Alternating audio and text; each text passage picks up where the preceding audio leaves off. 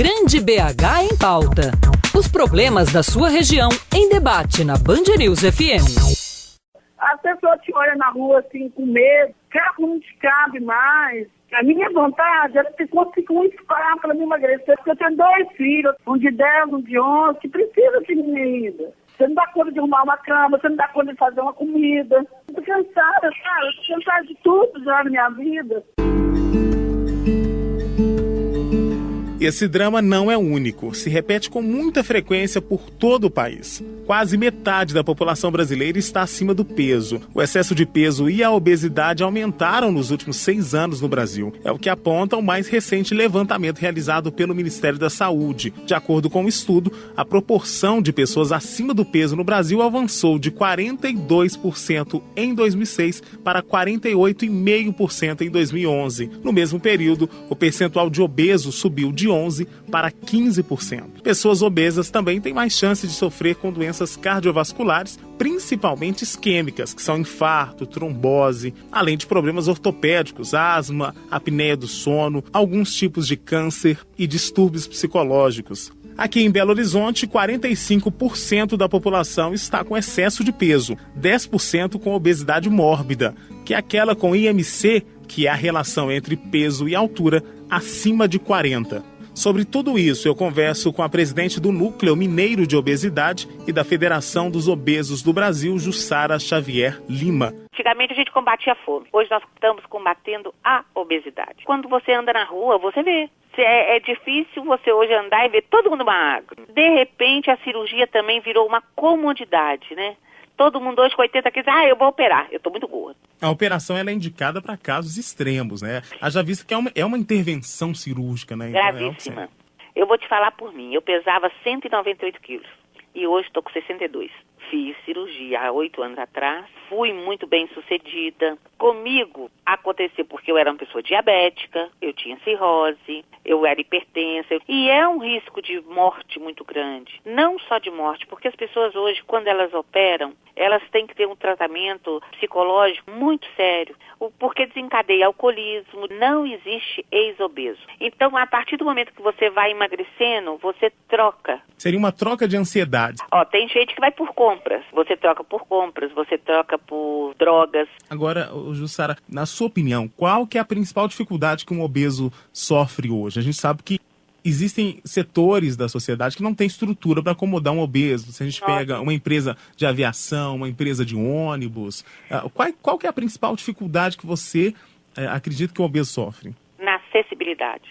Eu vou te explicar porque isso eu sofri na carne. Para você andar de avião, geralmente você ocupa 2 cadeiras. Para você ir no teatro, não tem cadeira, você tem que sentar ou buscar uma cadeira especial. Você acha que há uma contradição?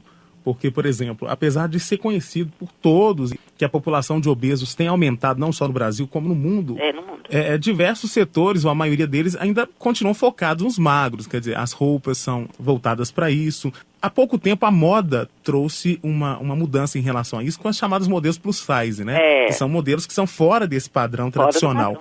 É um momento da sociedade repensar os lugares desse obeso? É a hora, não, já está passando da hora. A sociedade tem que repensar, sim. Ela tem que ver que hoje os obesos têm que ter o seu lugar vivo na sociedade. É claro que a gente está colocando aqui em discussão a situação, o lugar do obeso na sociedade, mas a gente sempre reforça que a obesidade é uma doença que precisa ser combatida, de que existem processos que o governo tem que disponibilizar, que as pessoas também têm que conscientizar. Não é um apelo à obesidade, e sim uma reflexão sobre o que está acontecendo na sociedade hoje, né?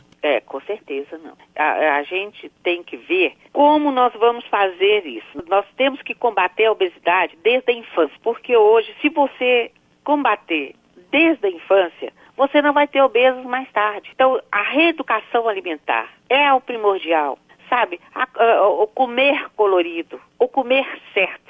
Jussara, que é presidente do Núcleo Mineiro de Obesidade e também da FOB, Federação dos Obesos do Brasil. Muito obrigado por suas informações. De nada, sempre às horas. Dando sequência ao nosso Grande BH em Pauta, o foco da nossa discussão agora vai ser as dificuldades que a gente não vê. sobre isso, conversamos com o médico psiquiatra, psicoterapeuta e pesquisador na área de obesidade e dos transtornos alimentares, Fernando Madalena Volpi. Fernando, bom dia. Bom dia, Luiz Fernando. Bom dia aos ouvintes também. Quando a gente fala de as dificuldades que a gente não vê, a gente fala, por exemplo, quando uma pessoa resolve fazer realmente uma dieta balanceada, uma dieta pouco calórica, ela encontra dificuldades, por exemplo, de pagar por isso, né? É sempre muito caro quando a pessoa resolve levar a vida cotidiana dela para um lado mais saudável, né? É verdade. Há realmente uma ausência de políticas públicas direcionadas para facilitar o acesso a alimentos mais saudáveis, com algumas raras e honrosas exceções. Temos aí os sacolões, né, que permitem a aquisição de alguns produtos mais saudáveis. Mas no interior, por mais paradoxal que pareça, né, a pessoa às vezes mora no lugar onde se produz o alimento mais saudável, né, os vegetais, aí, as frutas, e às vezes vai comprar uma fruta e a única coisa que encontra é uma banana, né? Não tem outras opções. Então, realmente é uma dificuldade de acesso e o custo é um dos fatores, né? O problema maior está na cabeça da pessoa que está com excesso de peso, está no comportamento dela ou está na saúde mesmo, um problema mais hormonal, um problema mais hereditário? Qual é o principal ponto que a pessoa precisa trabalhar para conseguir se manter num peso saudável?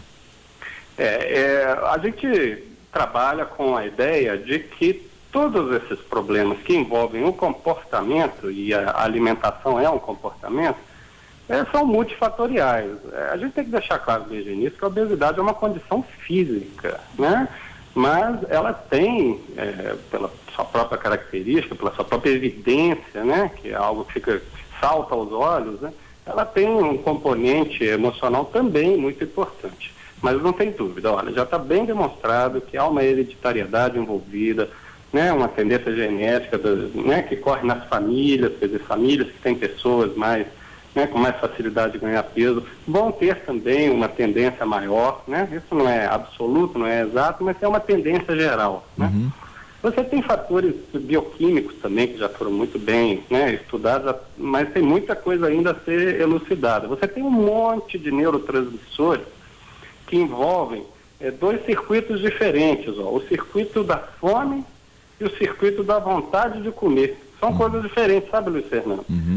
E quando junta a fome com a vontade de comer é que vem o problema. É isso aí. O circuito da fome é um circuito assim bem elementar, assim, que os animais todos têm, que é aquela coisa de quando ingere o alimento, produz alguns hormônios, o próprio intestino, o estômago, começa na boca.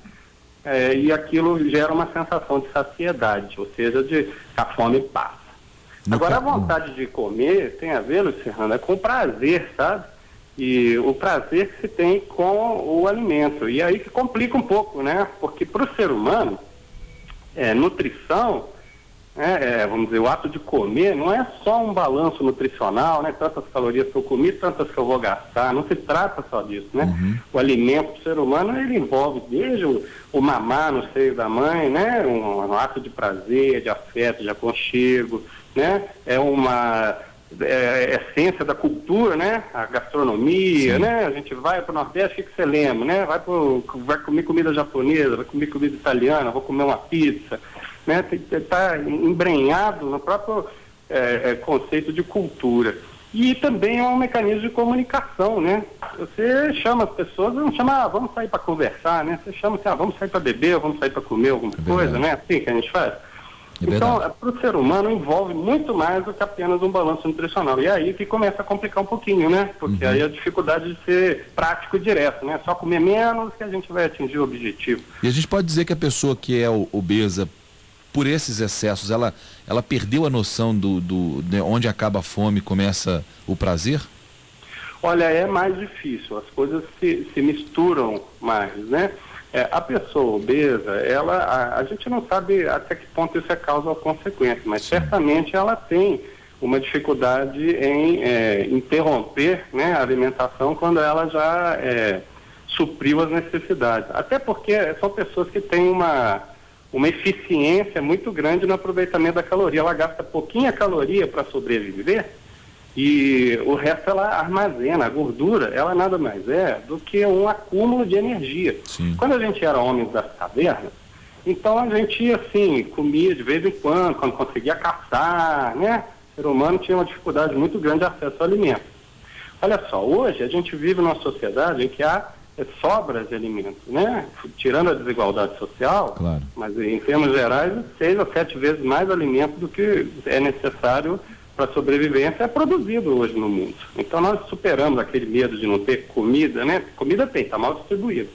A dificuldade de acesso. Mas tudo isso para dizer é o seguinte: a gente tem aquela genética do homem das cavernas, que era preparada para a gente sobreviver em condições adversas, né? Condições de falta de comida. Hoje nós vivemos com a mesma programação genética num mundo em que a comida é abundante. Então veja só, aí quem é mais eficiente sobreviveu mais, né? Se selecionou, e hoje nós temos aí, nós que estamos aqui somos pessoas muito eficientes com a energia. E essa energia que sobra, ou seja, que a gente não gastou, porque a gente consumiu pouco, ela vai para a gordura, vira gordura. Um outro problema que eu acho que é bastante significativo e que a gente, quem não vive esse problema não entende, é o impacto que a obesidade traz para a vida social das pessoas. Nós ouvimos aí no início do nosso especial, uns minutos atrás, uma pessoa dizendo que ela sofre com isso, ela tem 2 filhos, ela não consegue fazer as coisas, e ela sofre porque não cabe em carro, não cabe no ônibus, não passa na catraca. Quer dizer, é uma série de problemas que essas pessoas vivem no dia a dia que chega a ser constrangedor, chega a ser humilhante, e que quem não vive esse problema não entende. Por isso muitas coisas que poderiam ser feitas para facilitar a vida das pessoas obesas não são feitas, né? É verdade. Olha, isso começa desde a infância, né? Já está bem demonstrado que, inclusive, as crianças mais cheinhas, ou as obesas mesmo, elas têm mais dificuldade de ter turma, de ter amigos, elas são menos lembradas, né? Quando se pede para falar sobre um círculo de amizades, né? São os métodos que se faz para pesquisar isso, tentar dar uma objetividade maior para eles.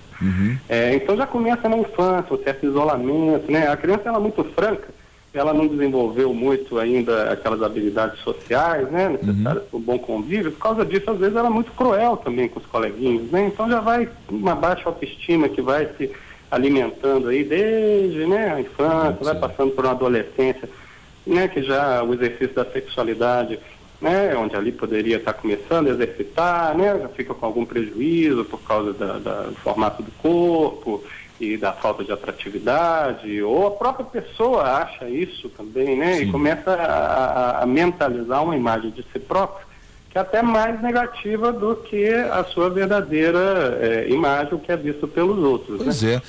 Fernando, evidentemente que há gosto para tudo, né? Tanto os magrinhos encontram o seu par perfeito, quanto os gordinhos também. E existe uma tendência hoje, às vezes a gente vê quando a gente entra nessa seara do politicamente correto, das pessoas reclamarem assim: a cultura hoje é da magreza, o que é bonito é o que é magro. Qual o problema de verdade nisso? Assim, houve um tempo na década de 20, início do século passado, que o bonito era ser gordinho, hoje o bonito é ser magrinho. Qual que é o problema real disso? Assim, é justo também com os magros essa cobrança de que, vocês são um estereótipo e isso é ruim? Isso é até muito interessante, porque há toda uma reflexão de que a mídia estaria contribuindo na medida que expõe as pessoas muito magras, né, ao mal-estar que geraria eventualmente transtornos alimentares, né, anorexias e bulimias nas adolescentes, principalmente, que é a faixa mais frequente para esse tipo de problema. E, na verdade, esse link não chegou a ser completado. Essa ligação, a gente sabe que a pessoa que não tem um corpo que lhe satisfaz, ficar exposta à imagem, vamos dizer, de pessoas com corpos, né, vamos dizer, mais socialmente considerados bonitos, elas vão ter uma certa insatisfação. Mas daí a isso se tornar uma doença é um outro salto, né? Claro. Não quer dizer que uma coisa vai causar a outra. Então há uma certa injustiça, assim, até porque tem muita gente que é magra, como diz o outro, é magro de ruim, não é isso? Que tem gente que tem uma tendência muito pequena para acumular gordura no corpo, e isso não é porque a pessoa está querendo fazer uma influência negativa, né? Há mesmo um exagero, eu acho, nessa questão de ditadura da beleza, ditadura da magreza.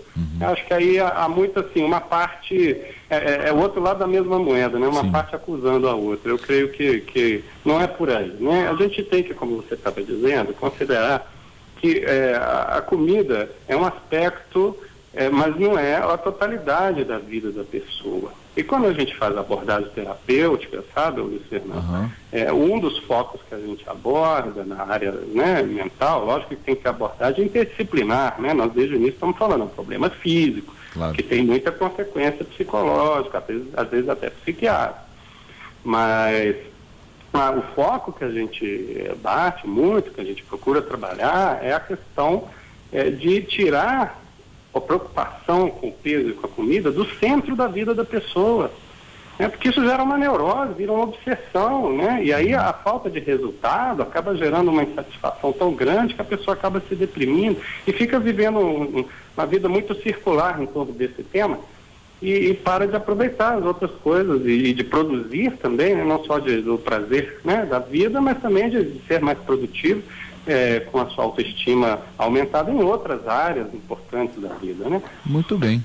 Nós conversamos com o Fernando Madalena Volpe, que é médico psiquiatra, psicoterapeuta e pesquisador na área de obesidade e dos transtornos alimentares. Fernando, mais uma vez, obrigado por atender a reportagem, começar esse debate aí. Durante toda essa semana nós vamos tratar desse assunto e a sua contribuição já foi bastante produtiva para a gente aqui. Obrigado, uma boa semana para você. Foi um grande prazer.